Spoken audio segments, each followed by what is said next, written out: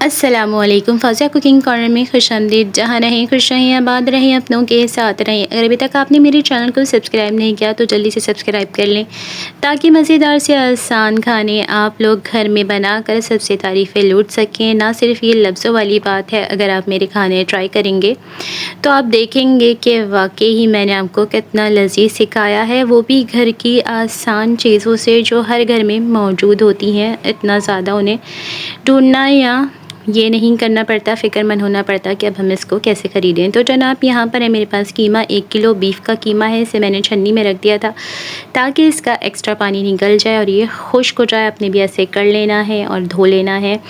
ये बारीक है कीमा, यानी कि डबल मशीन से निकला हुआ है। आप भी इसी तरह का इसको बारीक ले लीजिएगा। यहाँ पर है मेरे पास सोंठ 1 टेबल स्पून।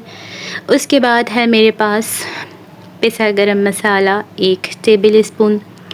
गरम मसाले के बाद है मेरे पास भुना कुटा ज़ीरा 1 टेबल स्पून और ये ले लिया है मैंने। उसके बाद है मेरे पास नमक 1 टेबल स्पून और है जावित्री 1 टेबल स्पून। इसे मैंने पीस लिया है, आप भी पीस कर ही लीजिएगा। और जायफल को भी मैंने पीसा है, ये भी 1 टेबल स्पून है, इसे भी आप पीस कर ही लीजिएगा। और ये है मेरे पास कचरी पाउडर, गोश्त गलाने वाला जो होता है, इसी का ही इसकी में मज़ा आएगा। ये है 2 टेबल स्पून, सिर्फ ये 2 टेबल स्पून है, बाकी ये तमाम चीज़ें मैंने 1 टेबल स्पून ली हैं। आप भी इसी तरह से ले लीजिएगा। और ये है मेरे पास दालचीनी के 5-6 टुकड़े। तो आपने इन्हें साबुत ही लेना है ताकि ये कीमे में बहुत ज़्यादा अपना जायका ना छोड़ सकें, और जब कीमा पक जाएगा तो हम इसे हटा देंगे। पिसी लाल मिर्च है मेरे पास 1 टेबल स्पून और कीमा है 1 किलो। 1 किलो कीमे में ये सारे मसाले जाएंगे।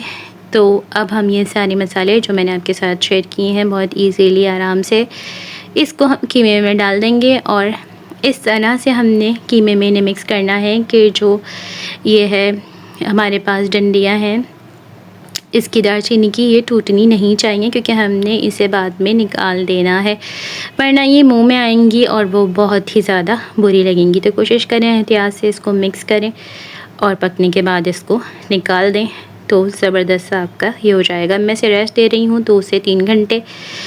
अब जो है 3 घंटे गुज़र चुके हैं। तो यहाँ पर मैंने ऑयल ले लिया था 3 कवकीर, उसमें ये छोटी डली प्याज की डाली है। अब हम इसे लाल करेंगे।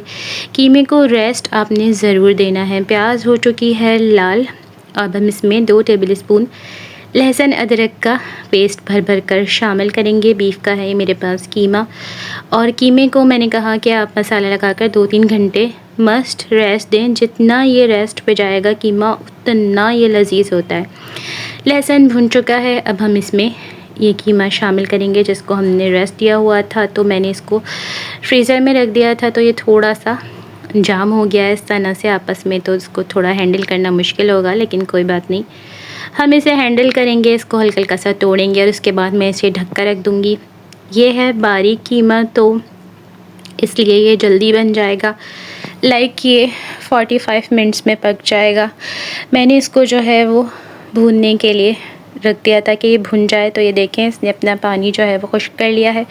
अब मैं इसमें तकरीबन 1 से 1.5 गिलास पानी डालकर इसको पकाऊंगी 45 मिनट्स, क्योंकि इसमें कचरियाँ हैं और ये बारीक है, तो इतना ज़्यादा इसका पकने का काम नहीं होता। आपने इसी तरह से ही बारीक कीमा ही लेना है, तभी आपको मज़ा आएगा। तो ज़्यादा पानी नहीं डाला है, बस इसे 40 to 45 मिनट्स के लिए पकने के लिए रख देंगे ढककर। और फिर जब ये गल जाएगा तो हम इसके आगे का प्रोसेस करेंगे। ये देखिए ऑयल ऊपर आ चुका है, यानी कि ये भुन चुका है, इसमें कोई भी कच्चापन नहीं रहेगा। तो जनाब ये देखें, अब अच्छे तरह से हमारा कीमा जो है वो पक चुका था।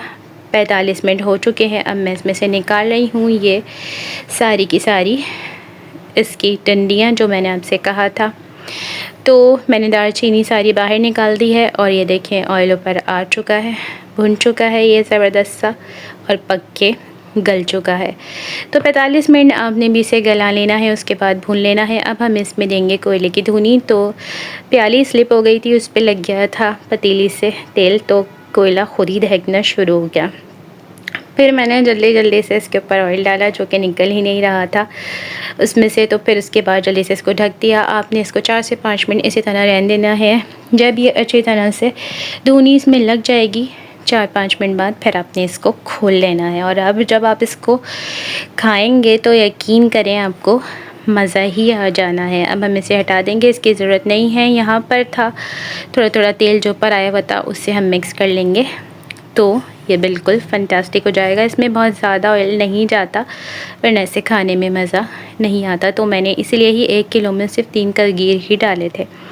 और कीमा हम बारीक लें और कीमे को रेस्ट दें, धुनी दें, और फिर आप मुझे खुद बताएंगे मैसेज करके ये कितना लजीज और मज़ेदार है। तो ये दिल्ली वालों की स्पेशल रेसिपी है कि जो इसे एक बार खा लेता है तो वो फिर रुक नहीं पाता। सीख कबाब खाने में भी आपको उतना मज़ा नहीं आएगा जितना मज़े का ये होता है, और इतना इजीली कि बस आप इसे मैरिनेट कर दें और छोड़ दें। उसके बाद इसको लहसुन में भून के छोड़ें और फिर धुनी दे दें। इतना मुश्किल भी नहीं है इसे पकाना, ना ही वो सारी चीज़ें इतनी मुश्किल हैं जो मैंने आपको बताई हैं। हर घर में ये सारी चीज़ें होती ही हैं।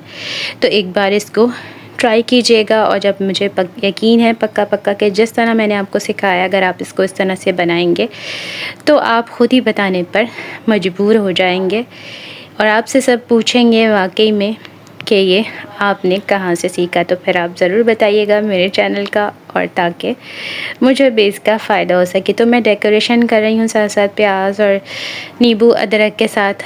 कुछ चीज़ें यहाँ कुछ चीज़ें वहाँ जो सेटल होंगी आपके सामने हैं, इसे सजाने की कोशिश कर रही हूँ। और नींबू के साथ हम इसे खाते हैं, हरी मिर्चें कटी हुई हों, प्याज हो इस तरह से, अदरक और पुदीना जो अभी अवेलेबल नहीं था, वरना वो भी मैंने इस पर थोड़ा सा गार्निश कर देना था।